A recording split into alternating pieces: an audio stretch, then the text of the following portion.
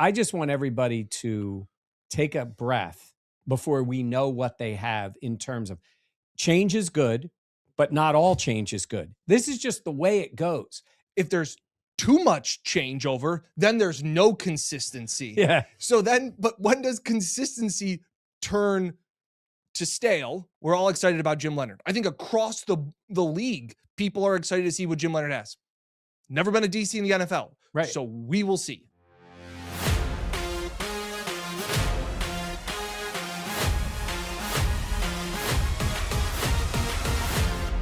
Hey everyone, and welcome back to the Buffalo Plus YouTube channel. Mike Catalana joined alongside. I'm Dan Fates here in the beautiful Connors and Ferris podcast studio. No Jenna Cottrell today. She's getting some time back home with her family, obviously, as we all need some time before it ramps back up with the combine. But we got another edition of The League brought to you by Stellar Roofing, Windows, and Siding.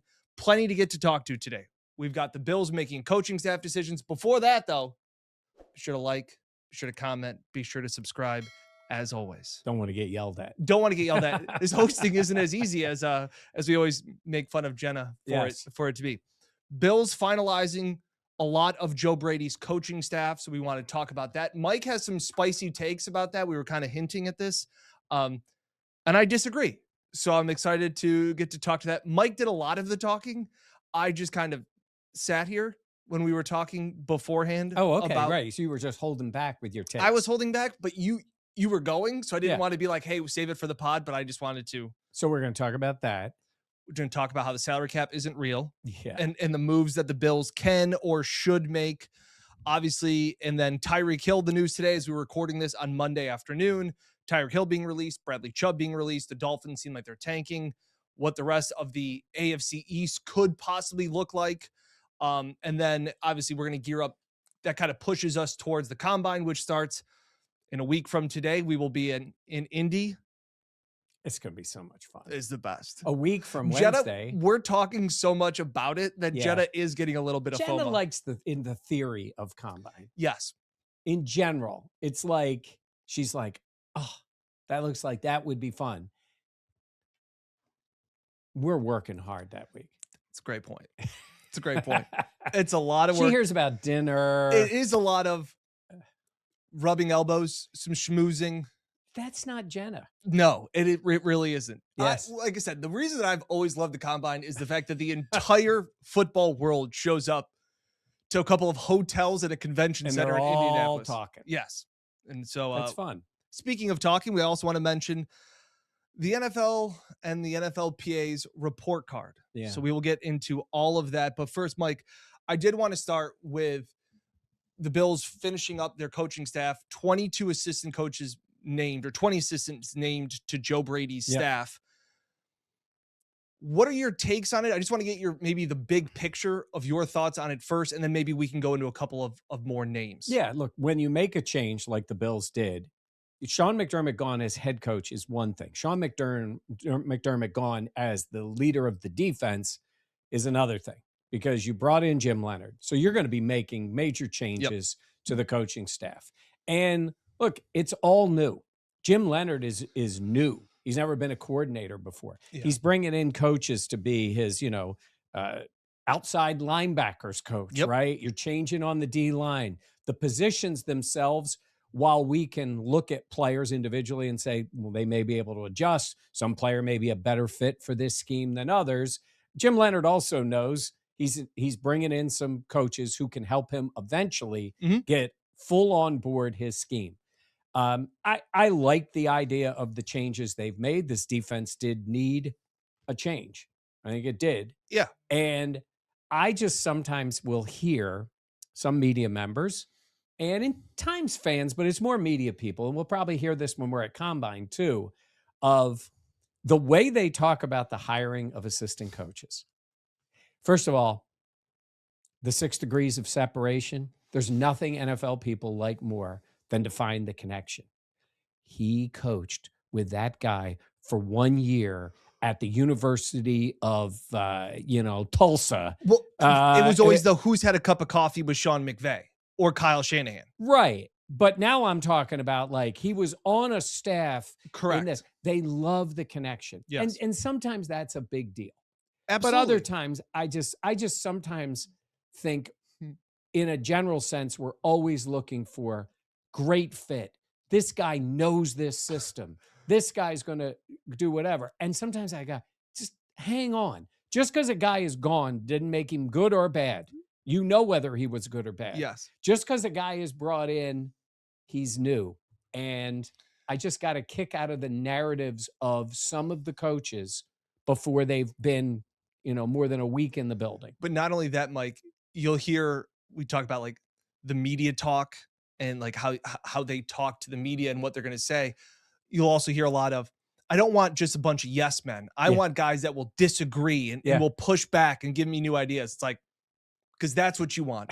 Because you're bringing guys in that you just want to butt heads with all the time. Well, there is some truth to the idea of someone that's going to Agreed. help you. But But when we sit and listen to Pete Carmichael, yeah, he sounds like a guy who is going here's to a guy.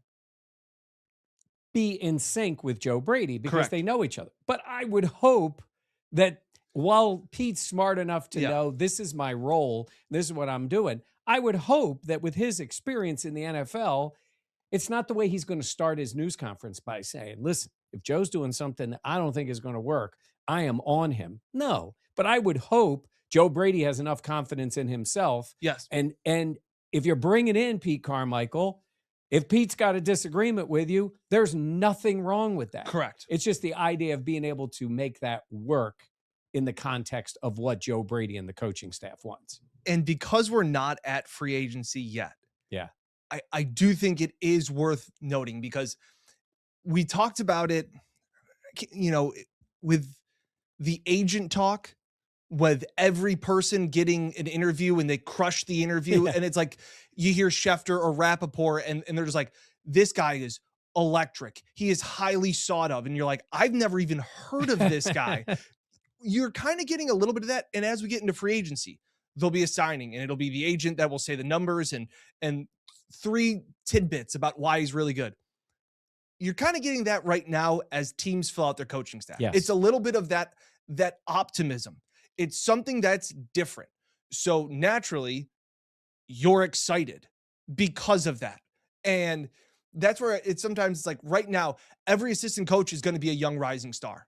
Everybody that gets hired Unless as the he's assistant, a veteran, then he brings the veteran leadership. Then he has coached with this guy 6 years ago Yes. and knows his system. So here's the 2 people I wanted to use as like examples. And if you're wondering, like, well, where's Dan going with this?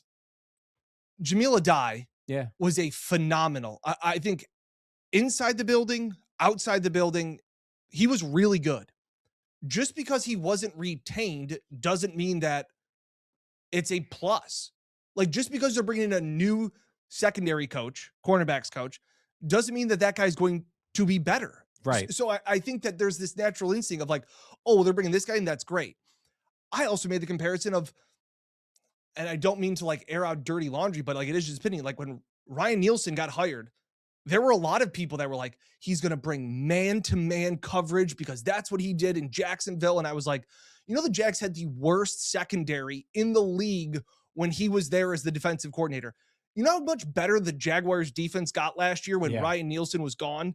So now he's gone. So like this thought of every assistant coach that you bring in, he's going to fix all of your problems. It is going to be the next rising star just isn't always the case. Yeah.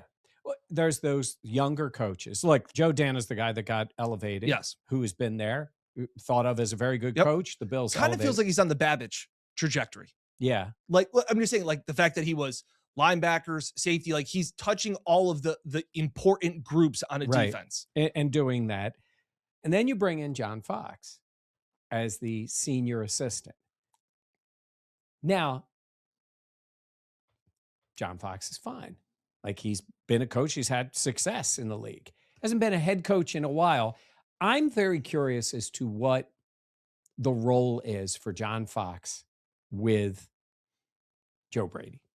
In a sense of saying, like, a lot of times with a veteran coach, he's helping you with what? game planning? Is he helping you with managing your time? Is he helping you with game time decisions? I don't know if John Fox, who hasn't been a head coach in almost a decade now, Correct. right? Yep. I don't know what that role would be. I think a lot of you might think right away, I'm going to be like, old guy's going, bring in the old guy because you need him in the building. I'm like, okay, that's your thought. John Fox. John Fox. Why? Coach O. This goes back to what I literally was saying. But whole Coach O is not a head coach. Again, reached out to Coach O. We hope to get him on the podcast one day. But the fact is that I wanted somebody that had been through it. I think there's so much experience. It's why we got annoyed that every coaching candidate that came in, Mike, that was a retread was as if it was a bad thing, as if it was a scarlet letter. Right. I think you learn a lot from the scars, from when you failed, from when John Fox had been criticized by the media, for when he had made bad mistakes. I think he can be there to just be like, hey, been here, I've done this, it's okay. Like, you'll get through this. I think he's just a sounding board. I'm not sitting here thinking that he's going to coach up the defense or make in-game decisions, not by any means. But he's also been a defensive assistant when he was with Detroit. Right. With a young new offensive coordinator in Aaron Glenn. I think it makes a whole lot of sense. You think this is just a Beane hire? No, well, Beane has a connection with him back from Carolina days. I'm sure they worked together. Listen, John Fox has had success. I'm just saying individually, I don't know what the role is. I don't know. I don't know what the relationship is. I think it's just automatically, and the only way I look at it is to say it wouldn't be the case, but I'll just throw it out there anyhow. If the Patriots would have gotten John Fox, I don't think most Bills fans would be like, man, that's a good hire for them to bring it in to help Mike Vrabel. But that's completely different situations. Vrabel coached. That's why I was saying is I didn't think it was a good example. I'm just bringing it up because I was just telling you it wasn't a good example. Teams in the divisions are disasters, right? I mean, they have nothing. I'm just talking about like when you look at a rival team and you say, you know, but I don't think he's going to have any impact on the failure or success of the team. I think he can be, for lack of a better term, like a shoulder to lean on when I've heard people compare it to Leslie, but Leslie was still a defensive coach who had recently No, but been I a thought head that coach. too. I see a little bit of that too, because he was going to help with the defense, but he had been a head coach and failed as a head coach but had that experience. So had the bright John lights Fox on him. has had more success as a head coach than Been to Leslie 2 Super ever Bowls. did. Right. In that case, I think it's fine. I just think sometimes it's the idea of like, this is like a bigger deal than it is. I don't even know what John Fox's role is. He's considered senior assistant. I don't know. And I don't know what his relationship is with Joe Brady. I was a little bit surprised. It did not seem like the guy that would be in that role. Do you want to know why I like the hire? Go ahead. Because John Fox has seen some shit. Yeah. So that's why you're here. Yeah. Yeah. You've seen some shit. Yeah, I have. And I guess I just sometimes look at it that I didn't know for sure what the connection was. What John Fox thought of as a defensive guy, maybe. Yeah. You know, he's helping out on the defensive side of the ball. I don't know. I'll see how it plays out and how big of a role he has. Yeah, I don't see it as much of this impact on the failure or success of the defense or the team in general. I think he can just be a guy that Joe Brady can lean on. So it's like in baseball, the bench coach is the manager's drinking buddy. I think that's a great point. Okay, if that's the case, then that's fine. Yeah, again, then that's fine. But I'm not going to get excited about it like some people were about Ryan Nielsen coming to the staff being like, this assistant defensive guy, defensive line coach is going to help all these things. It's like, I don't know. I do think to some respects, when coaches, especially position coaches, seem to move laterally from team to team to team, it's like when the guy signs for you, your wide receiver, and it's like, oh, well, this guy can do all these things. It's like, but he's on his 4th team in 5 years. Yeah. And if that team loved him and didn't want him to leave the building, he wouldn't leave the building. Right. So again, when all these coaches, that's what we're getting at. Like, now again, if you see this. I know Leonard was asked about like, hey, you got a lot of college coaches. Yeah. And he said, well, there's great coaches at all levels. And I agree with that. That I see as an elevation. Like, but when you bounce from college to college as a defensive line coach, to me, that doesn't scream like, oh, he's the whisperer. I guess I just follow the narrative sometimes. When you hire college coaches, they're teachers. There's more fundamentals taught in an NFL practice than is ever taught in a college practice. 100%. Especially in current college football. Yeah. I'm not saying these guys aren't very good coaches. I'm saying it's all changed. It's 1 year contracts in college football now. You're getting it's more ready. Constantly recruiting. No question. It is. And you see that on the pro side. I just want everybody to take a breath before we know what they have in terms of change is good, but not all change is good. This is just the way it goes. The only reason I'm saying is we are in narrative season. You're going to see it just like when the draft comes out, it's this guy's filling a need. When the free agent signings, they're going to show you all the highlights of the guy. I just think we have smart fans who watch. Take a breath. Let's see how it plays out. I'm excited about Jim Leonard. I'm excited about the ideas and what he's going to do defensively. It's different. But he's also never been an NFL coordinator calling games in the NFL. And we're not talking about the Miami Dolphins here, or we're not talking about the Jets. We're talking about the Buffalo Bills. And it's a quick ramp up. So that's the only part sometimes that I just think there needs to be, it needs to be met with not skepticism, not negativity, just the idea of like, okay, this guy's a good football coach. And you know what makes a coach even better? When he's got good players. That really helps. Yes. And that will help. I agree with you 100%. And it's something that you talked about that I wanted to go off of, was that you said that when a coach stays, it's stability. Yeah. That's the positive side. That's the pro. Right. And then when a new coach comes in, it's energy. It's new. It's especially new, if he's young. New ideas. Yes. It's those kind of things. And I remember a few years ago when it was the Bills had the same defensive coordinators with Leslie Frazier, and it had been Brian Daboll for the longest time as the offensive coordinator.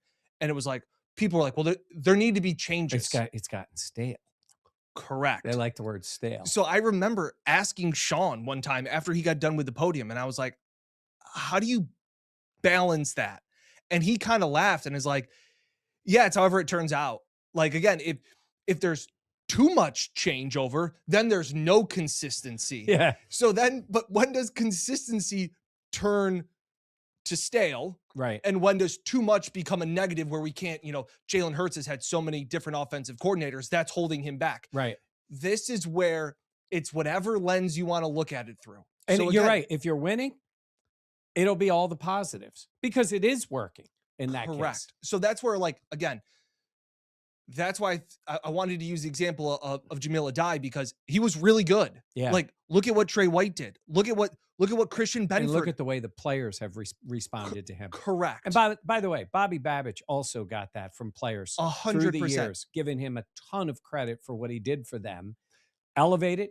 They needed to move from Bobby because they were changing the defense. I get it. He's a good football coach. But that's what I'm saying. Right. Not every change is going to lead to more success. Right. And I think that's what you're saying is like, hey, all these coaching hires, we'll see. Right. Like, I think that's where we got. It's you can be excited. We're all excited about Jim Leonard. I think across the league, people are excited to see what Jim Leonard has.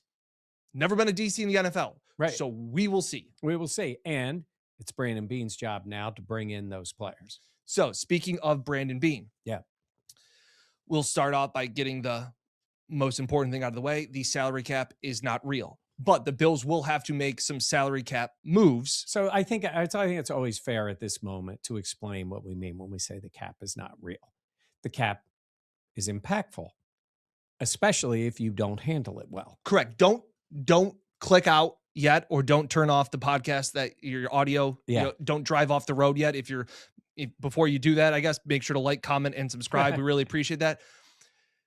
I've always said the salary cap isn't real because it is a funnier shtick than to go into the minutia of why the salary cap is so malleable. You always, Mike, make the example of taxes. Yeah. And I think that is a real life example for most people. Save your money in a 401k. You're going to build it, build it, build it. And eventually you're going to take the money out of there and you're going to pay the tax on it. Well, it's a lot better for you to be paying the tax down the line when you're not making income anymore. That's the goal, right? Because now you're bringing that money in at the time. It's the accounting of the money is what it is. And also, some people pay more taxes than others.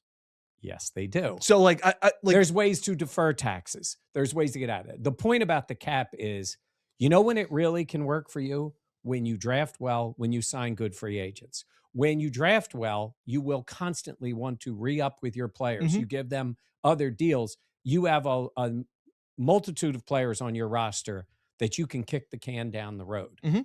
It's why I've gotten frustrated when Brandon Beane has referenced Josh Allen. Correct. And I did the video and made the point of it's more Josh Palmer than Josh Allen. I actually had people come back to me and being like, about Josh Palmer.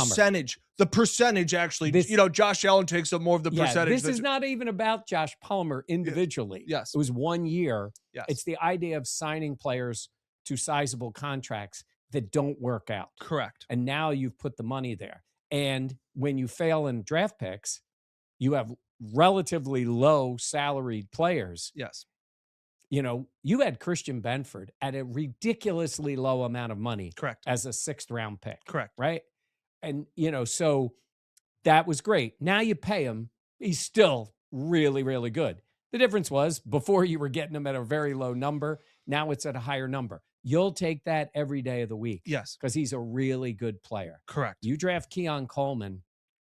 In theory, a 2nd round draft pick should be fantastic for the cap because it's a starting player at a relatively low salary. Yep. The problem is if he's not good, right, and it's a problem because you're losing out on the ability to have a lower cost player in that position. Not only that, the production that you get and how expensive certain positions are. Quarterback, corner, defensive line. You are paying a premium wide receiver. Sorry, that's what I meant. And so, like, Curtis Samuel is being paid as the 30th highest wide receiver or whatever, wherever he is. He was paid a decent amount, and his production was way below that. Even for Keon's lack of production, he's making like $3 million a year because he's a draft pick at a wide receiver position. That goes back to Jeremy White when he came on here a year ago and said drafting wide receivers is good for business. Right. Because to sign Josh Palmer and make him all of a sudden a top 30 wide receiver, you can get somebody in the 1st or 2nd round that then becomes the 70th highest paid wide receiver because that's how expensive the position is. Right. And the one thing I just want to push back, because I know people will say, well, like, Dan's a bunch of hot air and doesn't know what he's talking about. Like, I have looked into this cap. I always love to say the expression. We were at the combine last year. We were talked to a general manager. And I said to the general manager's face, I've also said it to Beane's face, but I'll leave this one to be anonymous. But I said, hey, I got this thing. We do this podcast, all these kind of things. And I was like, I think the salary cap isn't real. And he was like, yeah. And Mike was just grinning through his teeth because Mike's like, you're not really going to do this to this GM. And I said, I'm going to go up to him and I'm going to talk to him about it. It's obviously a real thing and they have to adhere to the rules. Correct. The idea is, well, for example, what can you do with the cap? Manipulate players' contracts, right? So there are players now. The thing is, when you look at that Bills roster, it has to be players, should be players that you have a plan for one way or the other. I mean, look at what they did to Matt Milano. This is just the way the NFL works. It's like, yeah, we're going to your contract. He's going to agree to this, move it into that year. They change the dynamics of the contract. Correct. Josh Allen, it's a constant re-upping of his deal, giving him the salary, his yearly salary as part of a bonus. And that's where my big always theory came on it and why I've been so passionate about it. And I boiled it down to the salary cap isn't real is because not all NFL owners are created equal. And that's a big reason and an advantage to teams with owners who are more liquid. So the Bengals don't have a ton of cash. Like, yes, everybody's a billionaire. They own an NFL team. Yeah, but there are some owners that are more willing to convert those salary caps and your annual yearly salary into signing bonuses. Right. With a swipe of a pen, Terry Pegula has shown that he has been willing to convert salary and get cap relief like that. Yet that money is special to the Buffalo Bills because Terry Pegula can do that. Right. And also, what I don't think people understand, where I kind of want to show that I actually know what I'm talking about, is that every time a contract is signed, 20% of that contract, the owner has to set aside in an escrow account. Because when the NFL and USFL were battling back and forth, people were afraid that they wouldn't pay the rest of their contracts. I think Steve Young was the big one. They're like, I'm going to sign this mega deal to the USFL. And it's like, well, what if the USFL isn't around in 2 years? And the NFL is like, we'll guarantee your salaries. So if you don't have an owner that you sign a player to $100 million contract, the owner has to put $20 million aside and can't touch it. So not all owners are willing to do that. So that's where I like, it's not just hot air coming out of me, and it's something I'm passionate about. Like those things, the owners that are all created equal. So let's get to the point. What could the Bills do? Okay, sorry. Right. When you get to this point, so you start saying to yourself, you make decisions, the cap is in mind. A good example is when you look at Connor McGovern. Yep. Very good player for them. He's going to get paid a lot if they let him go. We will see if they let him go into free agency. I don't think there's any question he'll get signed, and his number will be pretty high. Mm-hmm. The idea is, do the Bills want to keep him? How would that impact between he and Andrews, and then what they're going to do on the offensive line? You make those decisions. All things being equal, would they want to keep that player? I think they would, but they have to make decisions based on how you're going to spend all your money. The issue is, do you have players to replace them? What are you planning on doing? Yeah. If they believe Cedric Van Pran Granger nailed it can play, right? You would move him in as the starting center. You would be spending way less money. Yeah. And you would be able to use that money elsewhere, or whatever they would decide to do on the offensive line. And just because if I say the salary cap isn't real, doesn't mean that you have unlimited dollars. Your job as a general manager is still to put an evaluation on a player and how much you think they're worth. It goes back to what I always thought with Tremaine Edmonds. They probably liked Tremaine Edmonds at $40 million for a contract. But there was going to be another team that loved him at $70 million. And Tremaine Edmonds' agent knew that too. So unless they were going to put the tag on him, correct, he was going to. They knew he was going to get the money. That's where I feel like general managers use the salary cap as an excuse that if the Bills really want Connor McGovern, they can make it work. So like this thought of, there has never been a player that a team wants to keep that they cut for salary cap reasons. And this goes back to a few years ago when it was Trey White and it was Jordan Poyer and it was Mitch Morris and all these things. And it was like, oh, they're salary cap casualties. They had an idea and a vision of what they wanted the football team to do. They were football moves that had salary cap benefits to the decision, but they weren't based solely on the salary cap. Right. So in the case of the Bills, when you look at them, because let's get to more specifics. Josh Allen, his number this year for his salary is a little bit lower than it's been. You will get a benefit, and they will end up doing that. Yep. Deion Dawkins is a very interesting one. So it's gotten out there, this theory. I think it was our friend Matt Perino. Matt Perino, Syracuse.com. And I think it was Shout Podcast. Mike from Spot Track who had maybe initially brought it up somewhere in one of his conversations about when you, and I don't think there's anything wrong with looking at the whole roster and going, what could they do? Mm-hmm. You know, what would they think?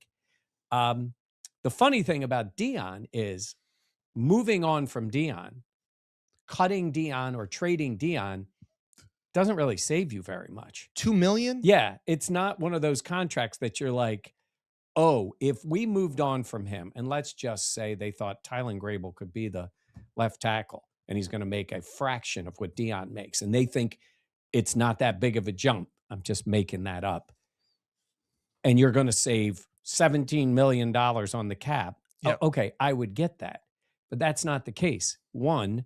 Two, I don't think with some of the things you're trying to change, moving on from Deion Dawkins as a player is a good move. Agreed. And I know some of the narratives are, I keep using the word narrative, is he had a bunch of penalties last year. He had a lot of false starts. Mm-hmm. Deion is still a very good player, and I think he will be a very good offensive lineman tackle for them for multiple years still, 2 or 3 more years. At least. And I don't think they're in a position to replace him right now. Correct. So if they draft a tackle this year, or they feel like one of these other guys could play, maybe in a year or 2 years, Yeah. I just don't think that's a move because there's not a Well, cap benefit. There's not a that's team benefit. that's a great point. Is that you always kind of have to look, and that's why it's so difficult to be a GM. And I, can criticize Beane for all he wants, but like that move to make McGovern center Yeah, was a very good move by Beane to be looking ahead. right. He had him at So guard. he had him moved at to guard, center. and it was like, wait, you're going to get rid of the 4-year starting center that was awesome for Josh and all these things. But obviously they knew, hey, when we sign and we start looking at the years, Right. and we start looking at the way the salaries are working out and the cap hits, hey, we signed Connor McGovern, we make him our guard this year. And then depending on what Mitch does, and Mitch had another concussion, and they were, you're worried about the injuries. We can slide him over. We can make that move. And you're trying to piece that together 2-3 years down the road. Beane's talked about that before of like, hey, after this year, we have one defensive lineman on the books. That's the difference because they had made good moves. You had stability at both tackles. Correct. Offensive line was a place they were from a position of strength. Correct. And they brought in Edwards, which was a great signing. And drafted Torrance. And yes, so all those moves really worked. This year is going to be key for what they decide to do there. Correct. And I don't see the depth right now or the urgency to draft interior line right now. Right. When you have needs at defensive line still and wide receiver. So like when you start looking at it, and I'm sure when you watch the draft, it'll say needs. Yeah. And there will be a need probably for either a center or an interior lineman for the Bills. Especially if those guys go, right? Right. Depends because what they're going to do, but you'll know free agency before we get to the draft. So I guess I look at it and say it made for some good topics and information. I just don't see from a football perspective. Yeah. From a Josh Allen perspective. Yep. As his left tackle. And was Dion as good? I'll let the people who, really Josh got sacked 40 plus times. Right. Like, I don't think that's easy enough to just say, hey, this is on Dion or this is on the offensive line. Like, I think Josh will take the accountability. There was one of the plays in the Denver game that, it was the strip sack that got around Dion. Shakir kicked Benito out. Yeah. Past Dion. So yeah, that looks bad on Dion. Yes. But that was Shakir not doing it. So like, again, I know offensive line, I think, is one of the coolest positions that we've gotten to learn more of. Obviously the quarterback position, because you've had former quarterbacks get into the media space. Right. And they can explain to you things. Chase Daniels, Dan Orlovsky, those guys can explain like, hey, this is what they're doing. This is what you're supposed to see. I think offensive line is really cool too, because I think for a long time it was just, what does PFF say? And I remember talking to Eric Wood before a game, and it was like, this guy's really bad, and everybody's, and I go, you were just in this huddle last year. Like, are you seeing this? And he's like, I know the philosophies and what you think the basic principles are. He's like, but I'm not in the huddle to tell you what it's like. So you have now former offensive linemen, Jeff Schwartz, Mitchell Schwartz. Those guys are pretty good about explaining what the defensive or what the offensive line is doing. So I think that's one of the cool things to get to see. But yeah, I don't think Dion has lost that dramatic of a step after this season that you're going, let's cut bait with him now. Yeah. And I don't see the benefit cap wise. I don't see it. And, again, if you said to me, they wanted to bring back McGovern, bring back Andrews, make this move. Okay. Like, let's see how it would play out. But it would be great to keep Andrews and McGovern. Yeah. I lean more on McGovern than Andrews. Yeah. Well, we'll see. It felt like if they were going to sign McGovern, it might have been done already, but it's gotten to this point. So let's see how it plays out. But it's very interesting because the offense and the offensive line has been a strength of the team. And they've had two guys, it feels like, waiting in the wings, because you've had Ryan Vandemark and Alec Anderson. Yep. Who played in the game together. Yeah. And ended up Pittsburgh, and they played really well. Phenomenal. Yeah. That was the game that they rushed for 290 something yards, the most allowed by the Steelers in Pittsburgh in a long time. So there is something, I guess I am just always a little wary of, and maybe it was, do you remember a few years ago, Ryan Groy. Yeah. He was that sixth lineman, and he was so good that they were like, well, we don't want to put him at a position because he's so versatile everywhere. And then he became a starter and he wasn't very good. Right. So it's like, it's that utility infielder in baseball where you're like, this guy can play all over the field. And you're like, yeah, but he's not very good at any of the positions. Right. So if you made him a starter, it's kind of a negative. It'll be interesting to see well, this tells you a lot of what they believe Yeah. about certainly about Alec Anderson, just his idea of where he can play. So that was a lot of Bill stuff, branching out the league, brought to you by Stellar Roofing, Windows, and Siding. Be sure to like, comment, and subscribe. Appreciate it as always. Zooming out a little bit, AFC East. Dolphins seem to be cutting everybody. Yeah, I like what they're doing. They're bad. They need a rebuild. Yeah. The new GM's coming in going, bye, Tyreek. You're gone. Eventually, Tua will be gone. Bradley Chubb is gone. Huge cap hits. Like, they're just saying, bring them on now. I would make 2026 my cap space year. Yeah. Tank away. There's quarterbacks in the draft next year. Play somebody. I mean, the league doesn't want to hear this, but I think you got two teams in the division tanking. The Jets, because that's who they are. They're going to be terrible again. Yeah. And the Dolphins. I think it's two very good playoff teams, two tanking teams. They're going to be fighting each other to lose games this year. But they had to get rid of Tyreek. They're going to get rid of Tua. And how they handle the cap is interesting because I just would load it on as much as I could for these years and pay guys in sunshine on 1-year deals and then get ready for 27. I think that's very interesting because it's a little bit what the Bills did to reset their books in 2018. And they had already drafted Josh. Correct. Yeah. So that was kind of part of what they did, or 2018. Yeah, 2018. Yeah, 2017 they made the playoffs. 2016 they made the playoffs? 2017. 2017. Okay, 2018 is when that's the only losing season they've had. Correct. Okay. That was that year. Because that is, the Dolphins are kind of doing the thing of, all right, we effed around and found out this isn't working. Let's take all of our medicine, or as much medicine as we can now, to retool, which is what the Bills did. It's what the Saints never did. Right. But in the case of the Bills draft, I don't think the Dolphins, this is not a great year to draft quarterbacks. No. I don't think they're drafting one. No. So I think it's going to be ugly. It's going to be an ugly year in Miami. And it's not like bad. Tyreek. They're going to be a bad team, and they're going to know they're bad. Yeah, Waddle could be on the market. If the Bills really wanted Waddle, he could be on the market. Because if I'm them, everybody's going. Yeah. I'm moving on from people. So that's a really good point. I didn't think about Waddle coming back into play. Garrett Wilson and Waddle playing in that mess. Those two teams. I'd take Garrett Wilson. Yeah, I'd take him ahead of Waddle. Yeah. Yeah. Oh, yeah. Yeah. Garrett Wilson's been really good on a horrendously bad team. Yeah. All right. So that's the AFC East. And then finally, the NFL went to court. They were fighting with their own players association because the teams have been the last few years releasing the players association. The players association has been releasing their report cards on the team's travel, the way they deal with family, fitness, food, everything, food, all that stuff. Yeah. And the league didn't like it. Yeah. They're so soft. This league sometimes is so annoying. Like, the billionaires don't want to hear that teams don't love some of the stuff.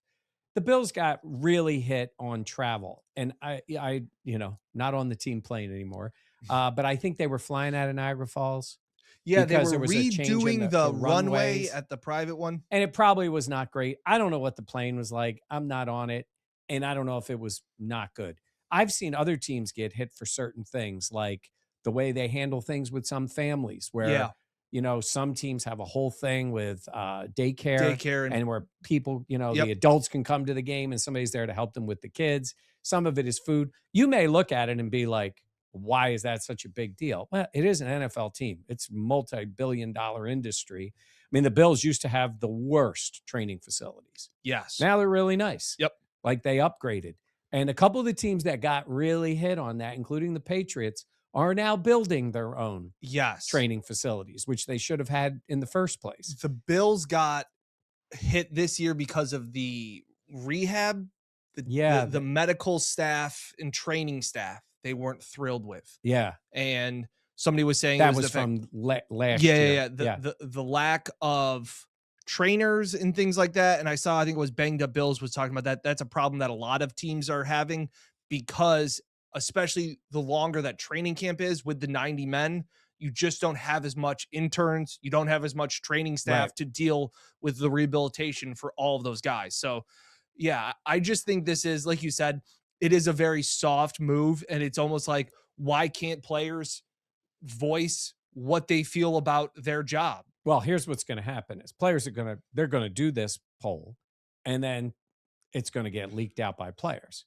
Yeah. And it won't be put out by the NFLPA. Yes. It's going to be put out by sources close to Patriots or the Dolphins or the Bills or whoever tell The Athletic or Buffalo Plus if they want. That's it. This is the way we voted, and this is what our vote was. And I think it's going to get out there. And it's these billionaires. What? Woody Johnson with the Jets, a total failure as an owner, is worried that teams, I think his players gave him an F for ownership, like whatever it was. Yeah. It's this league sometimes, I tell you all the time, it annoys me how much they find their own players. They can't wait to take money from their own guys. They don't have guaranteed deals. It's as if they dislike their own players. Correct.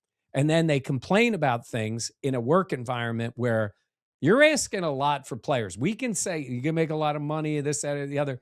You know, in most jobs, if you're sick, you stay home. In the NFL, if you're hurt, you play. Injured is one thing, but if you're hurt, you play through it. Ask Josh Allen. He plays through stuff. Yep. You know, Terrell Bernard tried to play through stuff. That's what you're asked to do. So players will do that. Help them out a little bit. Can it get a little whiny? I'm sure there are things, that everybody has about their job. But I also, again, it goes back to, Mike, you talk about the fining of their players for their socks their cleats or things like that. And it's a lot of money. Yeah. And they get their little email or their letter that says, for this hit or that hit or the way that they did this or their celebration or stuff like that. And then I always go back to the fact of, player safety when the entire league wants to play on natural grass, which is what the EPL does in the European Premier League soccer. And it blows my mind when they go to London and they play in these stadiums, they bring in turf. Yeah. They bring in turf so that they don't play. They're grass. Not playing on the grass. Now, I mean, look, the NFL will just lie and they just say, they'll tell you the numbers, say whatever. Yeah. I think I find this one to be almost comical. Yes. Because I can't wait for the leaks when this comes out. And that's fine. Like it used to be kind of funny to read it. And then you'd be like, oh, why was this? Yeah. I don't know if the Bills travel will be better this year. I don't know. They do have a lot of substantial trips this year. Correct. Long flights. So, yeah. All right. So there it is. Talked coaching staff, salary cap, pros and cons, Tyreek Hill, Dolphins tanking, and report cards. Appreciate it as always. We will now, when Jenna comes back, also, my family has been battling everything under the sun. So I just want to get ahead of this. I have dodged everything. Oh, man. That's from Micah. That's not wood. That's fake wood, too. I don't know. I don't know if there's real wood in here. Later this week, we're going to continue with our look at the defense. Yes. We did the defensive line. We'll move to, we'll still say back seven. Yeah. I don't know. Linebackers and defensive backs. Then we'll be at the combine. Yes. So we're going to have a lot from. And I want to think about also, Jim Leonard talked about when he was talking to the coaching staff and the scouting staff, what he's going to be looking for. I want to talk about that a little bit next week as we get closer to when we leave for the combine. And then we're just rubbing elbows with everybody. Yeah. Well, we're going soon. And then Elmo's on Wednesday. Cannot wait. Yes. Cannot wait. All right. Jenna will be back next time you see us here. Appreciate it as always. Be sure to like, comment, and subscribe. He's Mike Catalana. I'm Dan Fates with another edition of The League brought to you by Stellar Roofing, Windows, and Siding. Thank you so much for watching here from the Connors and Ferris podcast studio. We will catch you here next time on the Buffalo Plus YouTube channel.